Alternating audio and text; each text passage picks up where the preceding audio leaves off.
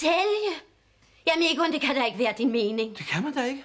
Nu har vi lige lavet et skidesmart kup. Netop. Nu er det vores tur. Nu er det mig, der stiller betingelserne, og de skal nok få lov at betale. Jamen Egon, du kan da ikke sådan uden videre sælge. Nej, det gør man sgu da ikke. Det havde vi ikke ventet af dig. Vi troede trods alt, at du var... Vi troede, du var en god dansk mand. Egon, er du klar over, at du simpelthen er ved at sælge Danmark?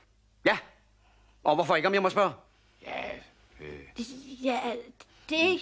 Det kan man ikke være bekendt. Bekendt, ja, det er storartet. Man kan godt være bekendt og brokke sig og beklage sig fra morgen til aften i tide og utide, ikke? Hvad? Hvorledes? Jeg har aldrig hørt andet.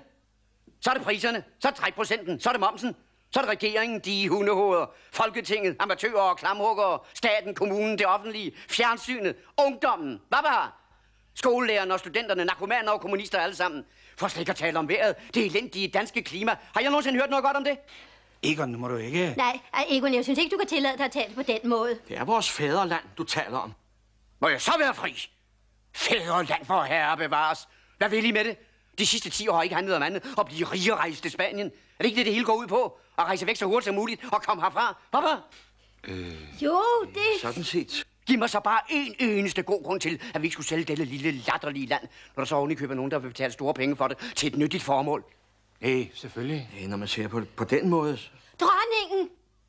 Hvad? Ja, dronningen og de små prinser, dem kan vi da ikke sådan uden videre. Der sker ikke dronningen noget som helst. Det er ideen med det hele. Hvorfor tror du, at det skal hedde Daisyland? Nå, nej, selvfølgelig nej. Lad os så komme i gang. Ja, jeg er efterlyst af politiet og kan ikke blive her, så I får filmen.